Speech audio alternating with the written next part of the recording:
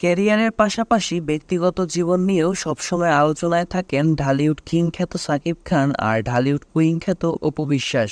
ভালোবেসে বিয়ের পিঁড়িতে বসেন সাকিব অপু। অনেকটা মিডিয়া থেকে গোপনে থেকেই হয়েছিল ঢাকাই সিনেমার জনপ্রিয় এই জুটির বিয়ে, কিন্তু নিজেদের বিয়ে নিয়ে কখনোই মিডিয়ায় বেশি একটা কথা বলতে আগ্রহী হয়ে উঠতে দেখা যায়নি তাদের। তবে সম্প্রতি বিয়ে নিয়ে মুখ খুলেছেন চিত্রনায়িকা অপু বিশ্বাস। সংবাদ মাধ্যমে ব্যক্তিজীবন নিয়ে কথা বলতে গিয়ে অপু বিশ্বাস বলেন, সিনেমার শুটিং এর বাইরে কখনোই আমার সাথে কথা বলতে পারতো না সাকিব, মায়ের করা গার্ড ছিল। অপু আরো বলেন, সাকিব শুটিং এর বাইরেও আমার সঙ্গে কথা বলতে চাইতো।